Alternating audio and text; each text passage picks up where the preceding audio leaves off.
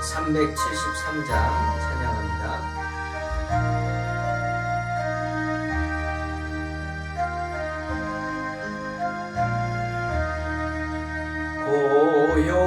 고요한 바다로 저 천국 향할 때 주 내게 순풍 주시니 참 감사합니다. 큰 물결이 일어나 나 쉬지 못하나 이 풍랑으로 인하여 더 빨리 합니다. 내 걱정 근심을 쉬없게 하시고 내 주여 영혼을 곧 알게 하소서. 이 세상 돌아간 주 뜻을 본받고 내 몸이 의지 없을 때 큰 믿음 주소서.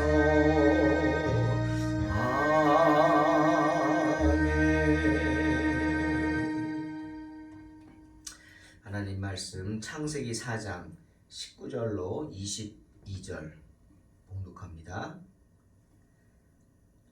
라멕이 두 아내를 취하였으니 하나의 이름은 아다요 하나의 이름은 실라며 아다는 야발을 낳았으니 그는 장막에 거하여 육축 치는 자의 조상이 되었고 그 아우의 이름은 유발이니 그는 수금과 퉁소를 잡는 모든 자의 조상이 되었으며 실라는 두발 가인을 낳았으니 그는 동철로 각양 날카로운 기계를 만드는 자요 두발 가인의 누이는 나아마이었더라. 라멕이 아내들에게 이르되 아다와 실라여 내 소리를 들으라. 라멕의 아내들이여 내 말을 들으라. 나의 창상을 인하여 내가 사람을 죽였고 나의 상함을 인하여 소년을 죽였도다. 가인을 위하여는 벌이 7배일진데 라멕을 위하여는 벌이 77배이리로다 하였더라. 아멘.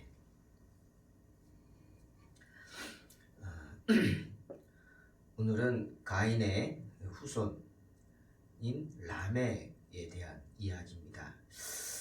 누가복음 3장 23절로 38절을 보면 예수님의 족보 이야기가 나옵니다. 이렇게 시작되죠.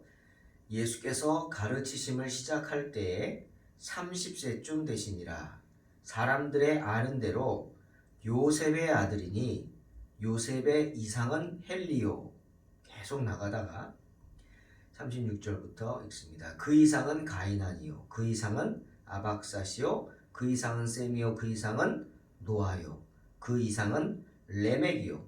그 이상은 무드셀라요. 그 이상은 에녹이요. 그 이상은 야렛이요. 그 이상은 마할랄렐이요. 그 이상은 가이나니요. 그 이상은 에노스요. 그 이상은 셋이요. 그 이상은 아담이요. 그 이상은 하나님이시니라. 그런데 오늘 본문에 나오는 이 가인의 후손들은 이런 예수님의 족보와 전혀 상관없는 사람들입니다. 셋의 혈통이 아닌 아담의 세 번째 아들 셋의 하나님의 믿음의 유산을 이어가는 셋의 혈통이 아닌 하나님 앞에 범죄한 그리고 하나님 앞에서 쫓겨난 가인의 혈통을 타고난 라멕이라는 사람에 대한 이야기입니다.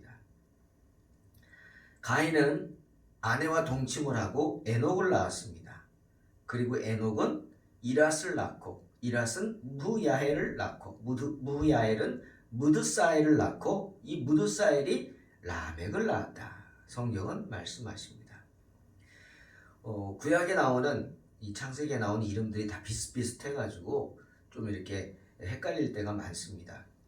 참 잘 봐야 되는데 하지만 이 라멕이라는 사람은 셋의 혈통이 아닌 가인의 자손인 것은 분명합니다.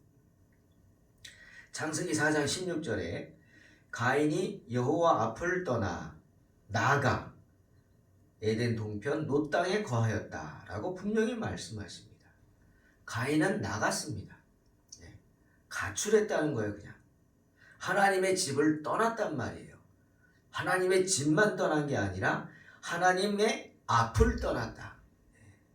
즉 믿음을 버렸다는 이야기죠. 여러분, 아담의 아들 셋이 믿음의 혈통을 이제 이어가는데 그렇듯이 가인 또한 이 세상에 자신의 혈통을 이어갑니다. 자녀들을 낳아 이렇게 번성합니다. 하지만 그들은 누구예요? 하나님을 모르는 사람들이고 또는 하나님을 대적하는, 대적하는 구체적인 건 이제 그 뒤에 나오는 이 두발가인 같은 사람, 그런 사람들입니다. 그러니 이 세상에는 어떻게 하나님을 섬기는 하나님의 자녀들만이 있는 게 아니라 비록 아담의 후손입니다. 아담의 후손 맞죠? 하지만 가인의 후손인 하나님을 모르는 그런 사람들도 많다는 거예요. 그런데 그들 또한 하나님의 자녀가 아닙니까?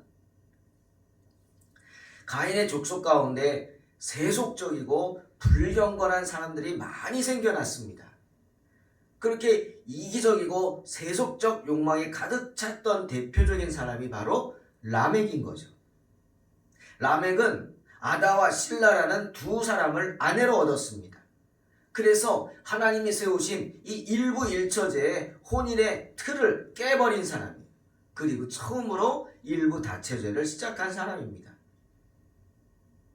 그렇지만 라멕이 비록 두 아내를 취하여서 하나님 앞에 죄를 짓긴 했지만 라멕은 자녀들 때문에 축복을 누렸던 사람인 것 같습니다.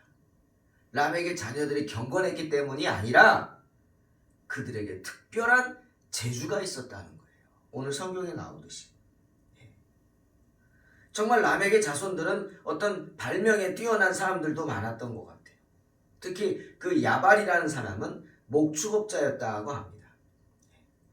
유발이라는 사람은 수금과 퉁소를 연주하는 유명한 음악가고 우리로 말하면 예술가였죠. 그리고 특히 이 두발가인이라는 사람은 오늘날로 말하면 아주 유명한 대장장이에요. 그의 손에 들어가면 어떤 쇠건 아주 훌륭한 농기구도 되고 무기도 되는 거예요. 그래서 전쟁과 농업의 유익을 위해 이런 동과 철을 다루는 기술을 크게 발전시켰던 사람이 이 두발가인이라는 사람이에요. 그런데 오늘 23절에 보면 자기가 사람 죽인 걸 자랑하잖아요. 세상에 어떻게 사람이 사람을 죽인 걸 자랑합니까? 그만큼 이 라멕이라는 사람은 아주 세속적이고 이기적일 뿐 아니라 더해서 포악한 사람이었다는 거예요. 포악한. 그냥 싸납고 잔혹한 성격을 갖고 있어서 자기 앞에 방해가 되는 모든 사람들은 마구마구 힘을 휘둘러서 무기를 휘둘러서 자기가 만들어낸 그 무기를 휘둘러서 다 쳐버려, 다 죽여버리고 마는 아주 잔혹한 사람이었습니다. 그것을 사람들 앞에 자랑하잖아요. 자기 아내들에게 자랑하잖아요. 그래서 오늘 성경 보니까 그 아내들이 이렇게 잔혹한 사람이니 원수가 얼마나 많겠어요. 그래서 자기 남편이 어떤 일을 당할지 몰라서 어디서 험한 꼴을 당할까 봐 걱정을 많이 했던 것 같습니다. 그랬더니 라멕이 뭐라 그럽니까? 참 세속적이고 이기적이고 포악하기까지 한 라멕이 거기다 더해서 교만하기까지 합니다. 이렇게 말하죠. 가인을 해친 사람, 가인을 해친 사람을 위해 벌이 7배라고 한다면 자기 라멕을 해친 사람은 벌이 77배일 것이다. 이게 무슨 말입니까? 가인을 해친 사람은 7배의 보복을 받는다면 자기 라멕을 해친다면 77배의 보복을 받게 될 것이다 라고 말하는 거예요. 전형적인 가인의 후손이죠. 정말 전형적인 저주받은 가인의 족속입니다. 라멕은 그렇게 잔혹한, 아니 사악한 그런 사람이었다는 겁니다. 오늘 말씀을 보면서 저는 두 가지를 한번 생각을 해봤어요. 아, 그렇구나. 첫째, 라멕의 아들들에게 이런 놀라운 재능이 있었다는 사실을 보면서 하나님이 우리가 흔히 말하는 달란트라는 것을 믿는 자들에게만 주시는 게 아니구나. 정말 하나님을 모르고 사악하게까지 한 이 라멕의 후손들에게도 이런 놀라운 재능을 주시는구나. 그 사실을 알았어요. 그리고 놀라울 뿐이에요. 하나님에 대한 지식도 없고 하나님에 대한 은혜도 사모하지 않는 그런 사람들이 이렇게 탁월하고 유익한 많은 재능들을 부여받을 수 있구나. 그로 말미암아서 당대에 아주 유명하고 아주 훌륭한 존재라고 취급되는 사람이 될 수 있구나. 알 수 있다는 거예요. 여러분, 달란트는, 이런 놀라운 재능들은 꼭 하나님의 사람에게만 주어지는 게 아니라는 겁니다. 이런 어떤 일반적인 재능들은 사악한 자들에게도 주어진다는 사실을 알아야 합니다. 그것 또한 하나님의 은혜겠죠. 그러니 그런 은혜들, 달란트를 어떻게 쓰느냐, 이게 중요한 거 아니겠습니까? 그리고 또 하나, 그럼에도 불구하고 그런 놀라운 재능들이 있음에도 불구하고 하나님께 택함을 받지 못하는구나, 그 사실이 또 놀랍습니다.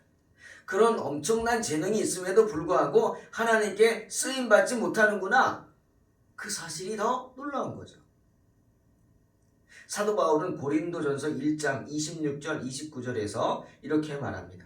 형제들아, 너희를 부르심을 보라. 육체를 따라 지혜 있는 자가 많지 아니하며 능한 자가 많지 아니하며 문벌 좋은 자가 많지 아니하도다. 그러나 하나님께서 세상에 미련한 것들을 택하사 지혜 있는 자들을 부끄럽게 하려 하시고 세상에 약한 것들을 택하사 강한 것들을 부끄럽게 하려 하시며 하나님께서 세상에 천한 것들과 멸시받는 것들과 없는 것들을 택하사 있는 것들을 폐하려 하시나니 이는 아무 육체라도 하나님 앞에서 자랑하지 못하게 하려 하심이라 말씀하십니다. 사랑하는 성도 여러분, 라멕의 자녀들에겐 놀라운 재능이 있었습니다. 하지만 그들은 결국 뭐예요? 저주받은 가인의 후손일 뿐이에요. 하나님께서 택하지 않은 사람들일 뿐입니다. 그러니 아무리 재능이 많다 해도요, 하나님 쓰지 않습니다. 왜? 그들의 악함과 그들의 교만함 때문에 하나님 택하지 않으시는 거예요. 재능이 많습니까? 돌아보십시오.